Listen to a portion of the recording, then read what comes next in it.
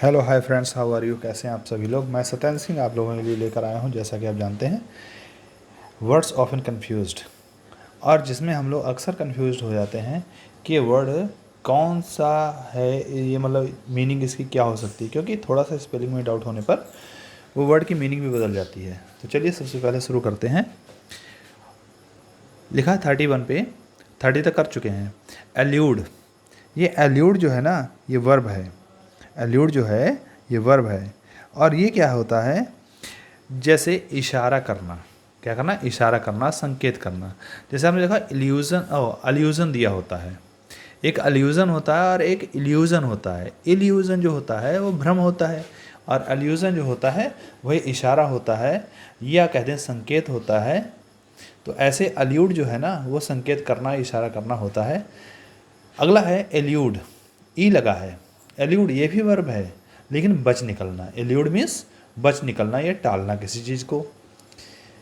अगला देखते हैं अमोरल। देखिए अमोरल है, यहाँ इमोरल है। इमोरल मतलब होता अनैतिक, होता एडजेक्टिव है। जैसे कि that person is immoral in his activities, वो आदमी जो है इमोरल है, अनैतिक अपने एक्टिविटीज़ में। लेकिन यहाँ पर अमोरल है, ये भी एडजेक्टिव है, लेकिन नीति निरपेक्ष या नीति बाध्य। तो नीति निर्देशक तत्व जो पढ़े हो ना, वैसे ही है अमोरल, तो उसे हम अमोरल कहेंगे। अगला है एंटिक। और देखिए एंटिक ये वाला प्राचीन है, क्यू यू ई वाला जो है ना, ये एडजेक्टिव है, लेकिन ये प्राचीन वाला है। क्यू यू ई वाला प्राचीन है। दूसरा है एंटिक। तो एंटिक एक नाउन ये भी है, लेकिन विचित्र। इसे क्या कहें, विचित्र, विलक्षण हरकत जो दूसरों को हंसाने के उद्देश्य से की जाती है। मतलब अलग ही एक हरकत जो दूसरों को हंसाने के उद्देश्य से की जाए, वो होता है एंटिक। मतलब एंटिक कोई कार्य कर दिया उसने। अगला है अप्रेज। देखिए अप्रेज जो होता है वर्ब है, जिसे कहते हैं मूल्यांकन करना। अप्रेज मीन्स मूल्यांकन करना। और अप्राइज जो होता है, अगर अप्राइज की बात करें, ये भी वर्ब है, सूचित करना हो जाएगा या नोटिस देना हो जाएगा, तो अप्राइज होगा वो। और अप्रेज जो होगा मूल्यांकन करना होगा। तो देखिए थोड़ा सा अंतर है। और अप्राइज कर देंगे तो सूचित करना हो जाएगा, अप्रेज कर देंगे तो मूल्यांकन हो जाएगा। आगे अगर बात करें हम लोग आर्टिस्ट। जो आर्टिस्ट होता है, कलाकार जो होता है, कला प्रेमी होता है। संगीत करना या कलाकार जो होता है, वो कला प्रेमी जो भी व्यक्ति है, उसे आर्टिस्ट कहते हैं। और आर्टिस्ट, आर्टिस्ट में ई लग गया तो ये नट होता है, अभिनेता होता है, गायक होता है, कारीगर होता है। तो यहाँ देखिए आर्टिस्ट होता है कलाकार, कला प्रेमी, सॉरी कलाकार नहीं, कला प्रेमी जिसे कहते हैं। और ई लग गया अगर, तो नट, अभिनेता जानते हैं आप लोग, वो आर्टिस्ट होता है। ठीक है, तो ई लगाना जरूरी है, जिसमें नट या अभिनेता की बात करनी है, गायक करने हैं, या कारीगर है, कुछ नया काम करने वाला, वो आर्टिस्ट जो होगा वो नाउन है। और अगर आर्टिस्ट की बात करें, वो कला प्रेमी, संगीत करने वाला कलाकार, ऐसे कहेंगे। मतलब जो भी इन कलाओं से प्रेम करने वाला होगा वो आर्टिस्ट होगा। जो प्रेम ना करके बल्कि उसको ही अपना जीने का जरिया बनाएगा, वो आर्टिस्ट हो जाएगा। एसेंट है ना, एसेंट जो होता है, तो वो होता है, असेंट में चढ़ाई जिसे होती कहते हैं, उत्थान, आरोहण, चढ़ाई, इसे कहेंगे हम लोग असेंट। असेंडिंग ऑर्डर सुना होगा आपने, तो बढ़ते हुए क्रम में, तो असेंट मतलब बढ़ते हुए क्रम वाला काम करना, कुछ भी हो तो असेंट हो जाएगा, बढ़ोतरी, उत्थान।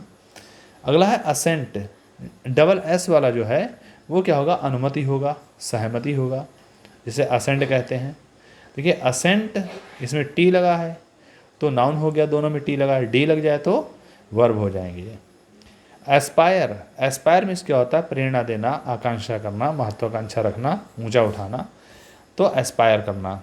और एक्सपायर हो जाना, कोई चीज़ जैसे पहले थी और अब एक्सपायर हो गई है, उसकी एक्सपायरी डेट आ गई, तो वो अगर एक्सपायर हो गई है तो वो क्या होगा, बुझना, अंत होना या ख़त्म होना।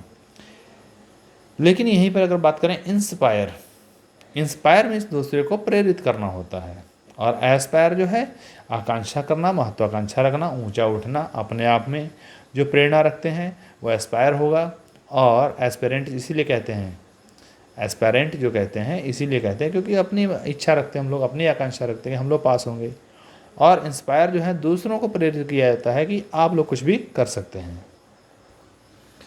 अब जैसे बात करें हम लोग एसे, तो एसे तो आप जानते हैं निबंध है ना, एसे नाउन है जो कि एक निबंध है, तो उसे निबंध साहित्यिक रचना ये हो जाएगी। लेकिन ऐसे ए वाला जो है ये भी एक नाउन है या वर्ब भी हो सकती है, परखना जिसे कहते हैं। तो शुद्धता की परीक्षा, जांच, निर्धारण, प्रयोग, ये सब ऐसे होता है। ऐसे मीन्स परखना।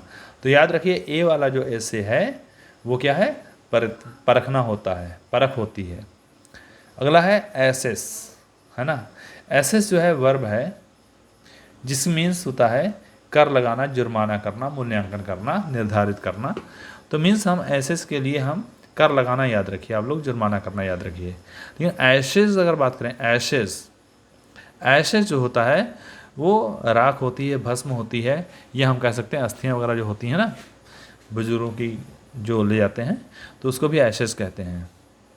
अगला है 40 नंबर और लास्ट है शायद आज का, कि अटैच करना एक वर्ब है, लगाना, जोड़ना, जब्त करना, सम्मिलित कर लेना। तो अटैच करना कहते नहीं उसको अटैच किया है उसके ब्रांच के साथ।